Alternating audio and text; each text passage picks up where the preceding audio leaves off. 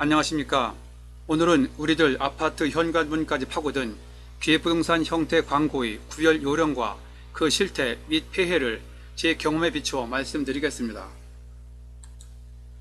오늘 내용을 얘기하기 전에 먼저 양해의 말씀을 드립니다.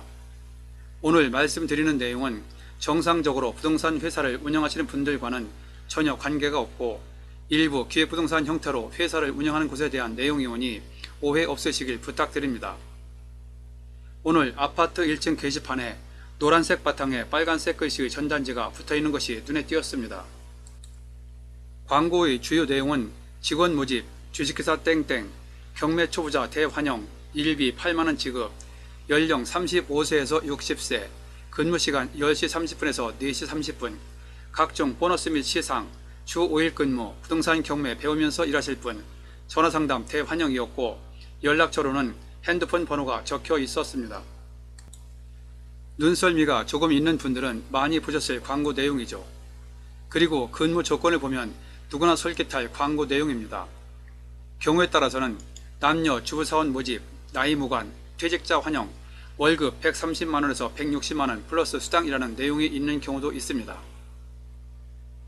대개 이런 내용의 광고는 기획부동산 형태로 운영하는 곳에서 전봇대에 많이 붙여놓는 광고로 거리에서 흔히 보던 것이었습니다.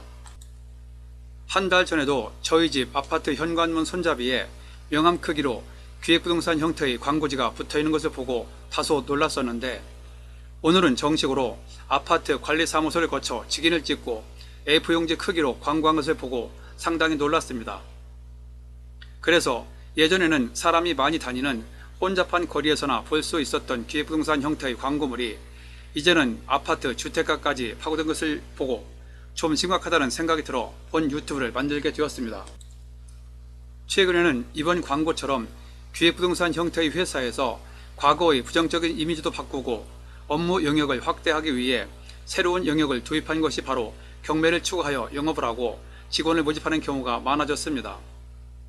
돈도 벌고 경매를 배울 수도 있다고 하니 어지간한 일반인들은 관심을 가질 수밖에 없습니다. 물론 앞에서 말씀드린 대로 이러한 방식으로 광고를 하는 모든 부동산 회사가 전부 다 나쁘다는 것은 아닙니다. 잘 팔리기도 하고 수익이 남는 좋은 부동산을 취급하는 정상적인 회사도 많이 있습니다. 그러나 지금도 여전히 적지 않은 부동산에서 개발하기 어려운 땅을 싸게 사서 전업주부나 퇴직자 등을 상대로 직원을 모집하여 그 직원의 가까운 친구나 친척들에게 비싸게 파는 방식으로 영업을 하고 있습니다. 회사에서는 경매로 샀다고 해도 어차피 파는 방식은 대부분 예전에 쓰던 방식으로 팔고 있다는 얘기지요. 이런 기획부동산 형태의 광고는 거리뿐만 아니라 생활정보지나 인터넷을 통해서도 쉽게 접할 수 있었습니다. 그런데 근래 들어 이렇게 아파트 현관문까지 파고든 것을 보고 아이들만 키우던 전업주부들이 간혹 피해를 볼 수도 있다는 생각을 하게 되었습니다. 이러한 기획부동산 형태의 회사의 영업 실태는 참으로 다양한데 지금부터 그 중에서 대표적인 것 몇 가지를 정리하여 좀 더 상세히 말씀드리겠습니다. 앞에서 보여드린 광고 내용처럼 공무원보다 더 좋은 솔깃한 근무 조건에 끌려 회사를 찾아가면 매일 오전부터 한두 차례 기본적인 교육을 받고 아는 사람부터 텔레마케팅을 시작합니다.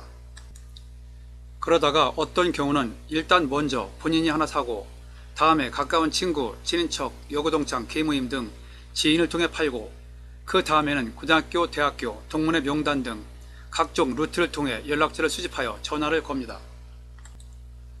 어떤 회사에서는 공인중개사의 경우 때로는 자격증만을 빌리려는 곳도 있고 사무실 공간 부스를 임대하여 부스 임대료만 챙기는 곳도 있습니다. 상당수 업체는 다단계 방식을 활용하여 아는 사람을 데려와서 땅을 사게 되면 나름대로의 규정에 따라 직급을 부여하고 별도 수당을 주기도 합니다. 그리고 본인이 직접 팔기 어려우면 사람만 많이 데려오라고 재촉하는 경우도 많습니다. 그래서 기획부동산의 팀장, 실장은 물건을 직접 팔지 않더라도 하부에 직원만 많이 모집하고 거기에서 실적이 나오면 어느 정도 안정된 수입을 챙기게 됩니다. 그런데 기획부동산에서 소개하는 물건은 실제로는 개발이 어렵거나 지분으로 파는 경우가 많아 아무리 아는 사람이라고 하더라도 그러한 물건을 팔기란 좀처럼 쉽지 않습니다.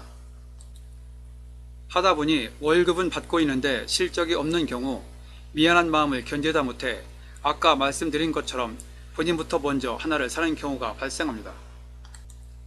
그리고 중간중간에 실적을 채우기 위해 실적이 없을 때마다 본인이 계속 하나씩 사는 경우도 있지요. 또한 가까운 사람이 기획부동산에 근무를 하는 경우 설마 아는 사람이 속이겠냐며 땅이나 회사는 안 보고 가까운 사람만 믿고 계약을 하는 경우도 많습니다. 그래서 기획부동산에 근무하는 친구나 친척의 말만 믿고 물건을 샀다가 몇 년째 팔지 못하고 계신 분들도 상당히 많죠. 이렇게 처음에는 운 좋게 아는 사람들 덕분에 몇 개는 팔 수 있어도 가까운 사람들에게 연락을 할 만큼 하고 나면 더 이상 점점 팔기가 어려워집니다. 그러다 보니 점차 실적이 없는 상태에서 월급 받는 것이 미안하여 상당수가 6개월 내지 1년을 넘기지 못하고 본인 스스로 회사를 그만두는 분들이 아주 많습니다. 어찌 보면 회사는 그런 점을 노리는 측면도 있습니다. 회사의 입장에서는 계속 새로운 직원을 모집하여 교육을 시키고 다시 그 직원이나 가까운 친인척들을 상대로 물건을 팔면 되니까요. 어찌 보면 좀 전에 말씀드린 대로 기획부동산 회사나 팀장은 계속적으로 직원만 새로 모집하고 계속 새로운 물건만 준비하고 있으면 웬만한 물건은 거의 자동적으로 팔린다고 볼 수도 있습니다. 저도 아는 사람이 하도 졸라 기획부동산에 두어 번 다녀온 적이 있습니다. 그때마다 아는 사람과는 잠시 차 한잔만 마시고 바로 실장이라는 사람을 소개했습니다. 그렇게 아는 사람이 없는 상태에서 실장이 파일을 펼쳐놓고 물건 설명을 하는데 아는 사람 치면도 있고 하여 예의상 듣는 척 하다가 중간에 선약이 있다는 핑계를 대고 나왔습니다. 그 후 몇 차례 더 연락이 왔었지만 제가 아는 사람과는 상당히 어색한 관계가 되었습니다. 그리고 기획부동산에서 산 물건이 일정 기간 내에 팔리지 않으면 회사가 다시 사겠다며 안심을 시키고 구입을 권하는 경우도 있습니다. 그런데 회사가 약속한 대로 안 팔렸을 때 회사가 사지도 않고 다른 사람에게 팔지도 못하는 경우가 종종 있습니다. 그런 경우 회사와 다투거나 배우자 혼자 결정한 경우 부부간에 상당한 갈등이 있는 경우를 많이 보았습니다.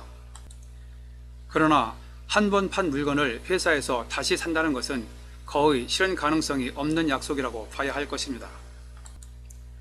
이번에는 기획부동산 형태 광고의 특징을 통해 기획부동산 광고 구별 요령을 말씀드리겠습니다. 일반 부동산 업체에서 생활정보지나 인터넷에 아파트나 토지 상가 등 부동산 광고를 할 때는 직접 일반인을 대상으로 하여 물건 종류, 위치, 특징, 매매 가격을 명시하는 등 물건에 대한 기본적인 내용을 광고합니다. 그리고 부동산 중개법인 또는 개발업체로 법인을 설립하여 신문, TV 등에 광고할 때도 물건의 위치, 특징, 미래가치, 수익률 등을 기본적으로 명시합니다. 반면에 기획부동산 형태의 광고는 부동산 위치, 특징 등 물건에 관한 소개는 전혀 없고 아까 보였던 광고 내용처럼 직원 모집에 대한 내용이 전부입니다. 그리고 일반 부동산 광고는 신뢰성 제고를 위해 반드시 사무실이나 업체 명칭을 당당하게 광고주로 표시합니다. 또한 연락처는 핸드폰 번호는 쓰지 않고 일반 번호나 1566, 1577, 1588 등 대표 안내 번호를 표시하여 광고합니다. 핸드폰 번호는 개인 물건 등 특별한 사정이 없는 한 표시하지 않습니다. 간혹 외출, 출장 등으로 일반 전화를 받기 어려운 경우에도 핸드폰으로 착신하면 되기 때문에 핸드폰 번호는 일반 부동산 광고에서 거의 쓰지 않습니다. 그런데 기획부동산 형태의 광고는 회사 명칭이나 사무실 명칭 등 광고주를 거의 기재하지 않습니다. 설령 쓴다고 해도 회사 명칭이 아니라 팀장, 실장 등 직책을 표시하는 경우가 많습니다. 그리고 기획부동산 형태 광고 연락처는 일반 번호를 쓰지 않고 거의 대부분 핸드폰 번호를 표시하는 경우가 많습니다. 때로는 신뢰감을 주기 위해 법인 명칭을 광고주로 쓰기도 하는데 이번 광고지처럼 일반 번호는 안 쓰고 핸드폰 번호를 써놓는 경우가 많습니다. 이런 경우는 법인 차원의 광고가 아니라 팀장, 실장 등이 하부 직원 모집을 위해 개인 차원에서 광고를 한 것으로 볼 수 있는 대목이지요. 그리고 월급 또는 1급의 경우 대개의 일반 부동산 업체는 처음부터 월급이 아예 없거나 있다고 해도 최소한의 실비만 지급하고 영업 실적에 따라 비율제로 하는 곳이 많습니다. 부동산 업종은 수입이 불규칙적인 경우가 많아 정액제의 월급을 고정적으로 계속 주는 곳은 전국적으로도 거의 없다고 보시면 됩니다. 게다가 일반 부동산 업체에서 실적도 없는 초보자를 모집하여 처음부터 고정적으로 월급을 주면서 돈 버는 기술을 가르쳐주는 곳은 현실적으로 없다고 봐야 합니다.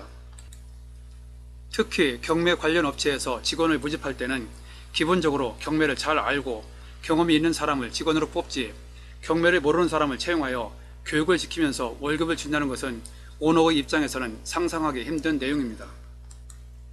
또한 근무 시간에 있어 일반 부동산은 현실적으로 정해진 근무 시간이 따로 없는 경우가 많습니다. 출근 시간은 있을 수 있어도 퇴근 시간은 그때그때 일이 끝나는 시간이 바로 퇴근 시간입니다. 만일 고객이 직장인이거나 상호간에 시간을 맞추기 어려운 경우는 주말이나 휴일에도 근무하는 때가 종종 있습니다. 그러므로 상황이 수시로 바뀌는 일반 부동산에 근무하면서 오전 10시 30분부터 오후 4시 30분까지 정해진 시간만 근무를 한다는 것은 상당히 비현실적인 내용이죠. 이상 몇 가지 살펴본 것처럼 기획부동산 형태의 광고는 곳곳에 상식적으로 납득하기 어려운 허점이 보입니다. 이번에는 기획부동산 형태의 회사에 근무할 때 발생할 수 있는 폐해에 대하여 말씀드리겠습니다. 앞에서 말씀드린 것처럼 여러분 주변에서 누군가 기획부동산에 근무를 하게 되면 거기에서 근무하는 본인이나 주변인들이 기획부동산 물건을 샀다가 연쇄적으로 금전적 피해를 보는 경우가 많습니다. 또한 기획부동산에 근무하는 아는 사람으로부터 물건 소개차 수시로 전화가 오거나 아니면 차 한잔 마시러 오라는 식으로 계속 연락이 와 상당히 난처하는 분들도 상당히 많습니다. 그러다 보니 시간이 흐르면서 평소 가까웠던 사람이라도 나중에는 전화를 안 받게 됩니다. 그리고 다른 친구나 친척, 동창들에게 기획부동산에 근무하는 사람의 얘기가 본인도 모르는 사이에 소문이 나게 되어 신용이나 이미지가 크게 손상되기도 합니다. 벌거벗은 임금님처럼 남들이 손가락질 하는 것을 본인만 모르는 것이지요. 금전적 피해는 나중에 회복할 수 있어도 한 번 훼손된 신용이나 이미지는 회복하기가 쉽지 않습니다.